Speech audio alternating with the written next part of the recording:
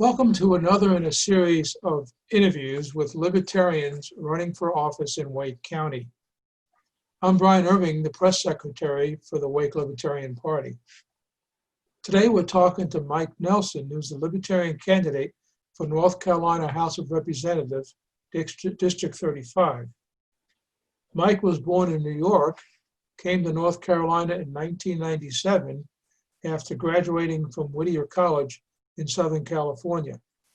He's worked at IBM since 1999. Currently, he's a manager supporting critical customers of IBM cloud services. He said IBM has given him the wonderful opportunity to travel the world, meet some wonderful people, and see the sights. Mike served on the board of directors of the former Raleigh Ensemble Players, where he could embrace his degree in theater arts that he received at Whittier. He's also served as president of a local homeowners association. Mike, thanks for doing the interview. No, thank you, Brian. We'll start out with the normal question that candidates are asked, which is, why are you running for office? What are you going to bring to the North Carolina General Assembly? Well, I'm running for office because I think a reason a lot of libertarians run for office, it's my opinions, my voice is not being heard in the General Assembly. You know, the things that I believe strongly in and the values that I have, have not been represented by our current representative, Mr. Everett in my district. And I know for certain that his Republican challenger this fall really does not express my values. So for myself, for my family, my friends in the community, it's about being able to show that there is another choice out there besides the standard two choices that everyone feels like they get. Yeah, so it's good. It'll be good to have an alternative voice in the General Assembly. On your website, you list three of your primary issues, and they are greater education opportunities, alcohol and beverage choice, and housing affordability. So let's start at the top and let's go through them one by one. Tell me about what's your position on greater educational opportunities? Well, greater educational opportunities, it's all about choice. It's about choice for the parents on how and where their child should be educated. Now, I had this belief well before the current events that have happened over the last 6 months, but it's only shown even more the greater need. That belief that the parent is the ultimate decision on what the child should learn, where the child should learn, how the child learns. They know them best. And we need to offer as many opportunities out there for our children to succeed. You know, I myself has a child that has autism, and his needs are much different than my other two children. And, I'm fortunate to have the capability and the time to spend to be able to help him out and, work with him. But, other parents, they would definitely want to look at alternative choices there, and we need to expand that, whether it's traditional public school, whether it's our charter schools, or it's private schools. And we're creating all new types of learning as we go right now with this current crisis, with our kids having to learn from home. And those charter schools and alternative schools have been the resource that most of these schools have looked at to cope with the current crisis. How do we teach different? We need to keep encouraging that and grow that. Okay, so you're all about school choice. Now let's talk about the alcohol and beverage control system. What are your views on that? Well, it's really a business government shouldn't be in at all. I mean, North Carolina is one of the most restrictive states in the union when it comes to this. We don't do a good job. We stifle choice. We stifle availability. And we let a very small group of people dictate what and when you can choose to purchase alcoholic beverages. Now, it's a bigger problem in North Carolina than just the ABC system, but I look at the ABC system particularly because it is something that most North Carolinians deal with government on a very regular basis, especially during this crisis nowadays.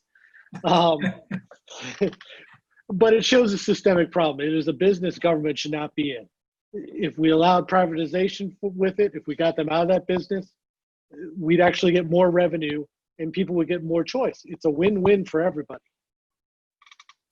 Okay, so here we go, choice again. And the third issue you list is housing affordability. Explain what you mean by that.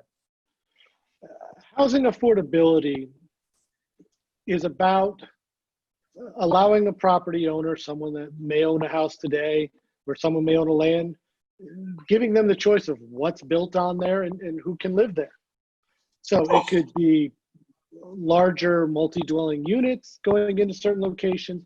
It could be what we call mother-daughter style units. It could be duplexes, triplexes. The idea is we want Raleigh and Wake County to grow organically. We want to allow people to change where they live and also to grow and have a multitude of different types of housing and density across the city and not have these little enclaves of, I was here first, therefore, the way I want things to be is the way it should always be. The current crisis has even exacerbated that in terms of, people struggling with jobs and homes. They may have to move in with other people, and the ability to add units or add additional dwellings to their property really is critical. Okay, so once again, that word choice. So these are the three issues that you felt the most important, but are there any other issues that are important to you or to your constituents that you would want to address? I think really, I've always been about, relaxing government restrictions, relax government licensing,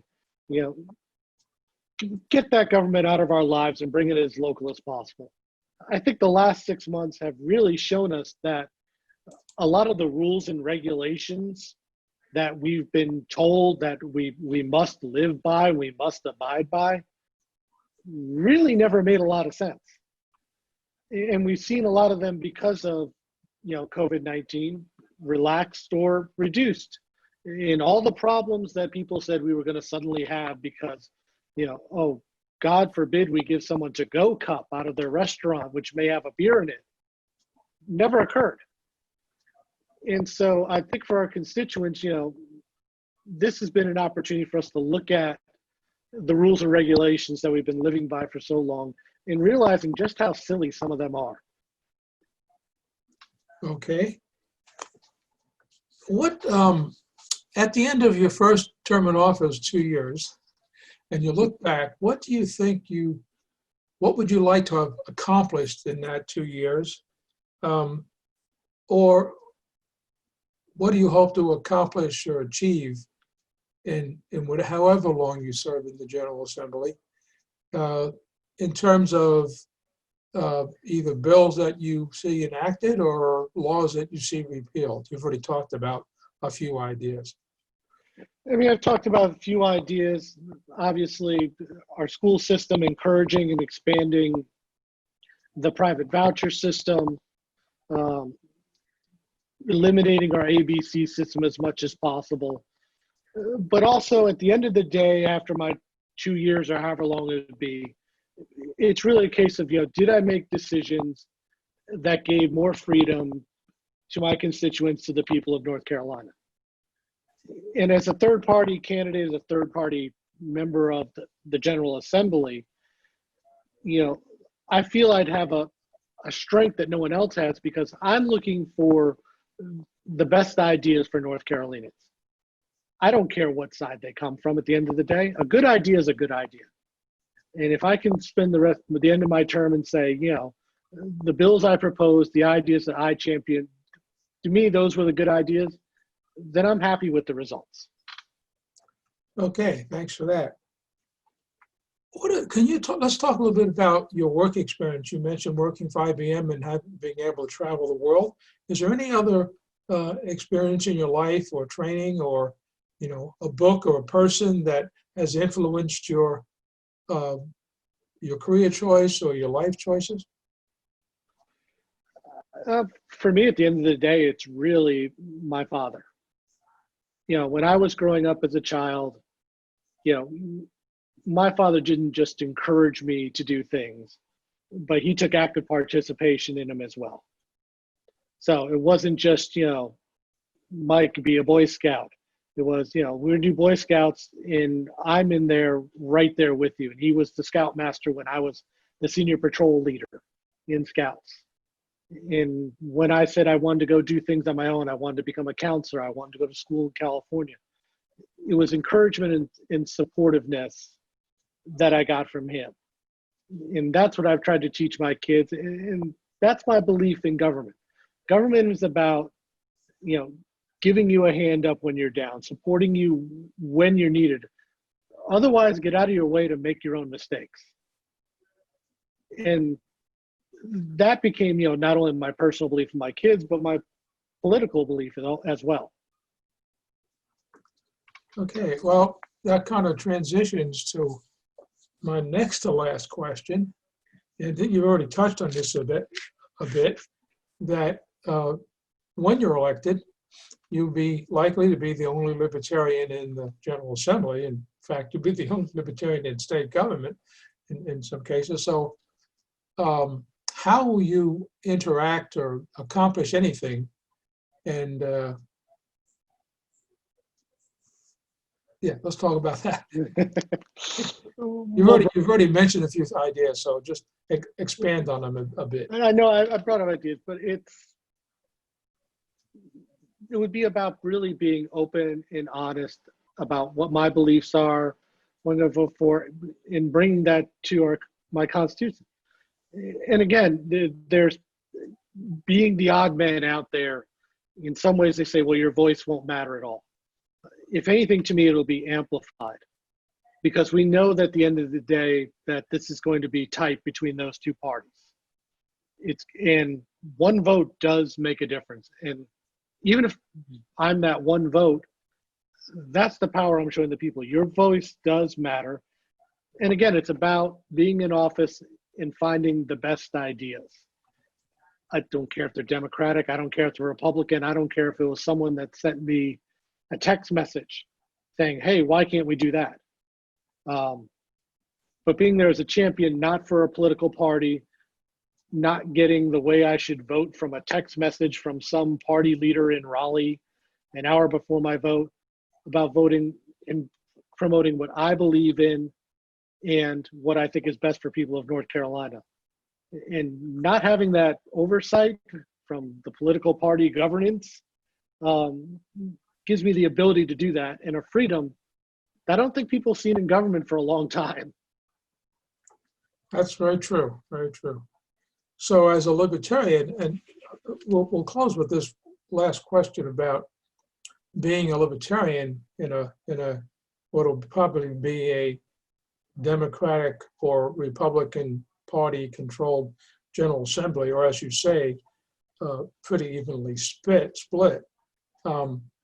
You'll be able to be that bridge. But when did you first realize that you were a libertarian? Well, I think like many people, I've gone through both of the major political parties. I will not deny in 1992, I voted for Clinton. I was a freshman or sophomore in California. I think I'm excused based on that. I think it was required by law over there at the time to do that. But what I found is,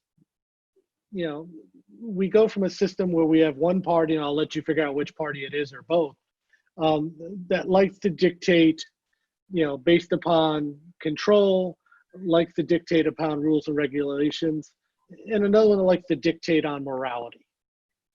And while I can agree with some issues, both sides really have turned into the same thing. both parties. They're looking out nowadays for themselves. They're looking out for how do we get in power? How do we stay in power? And that's what's best for us, North Carolinians, Americans, and that's what's best for individuals at the end of the day.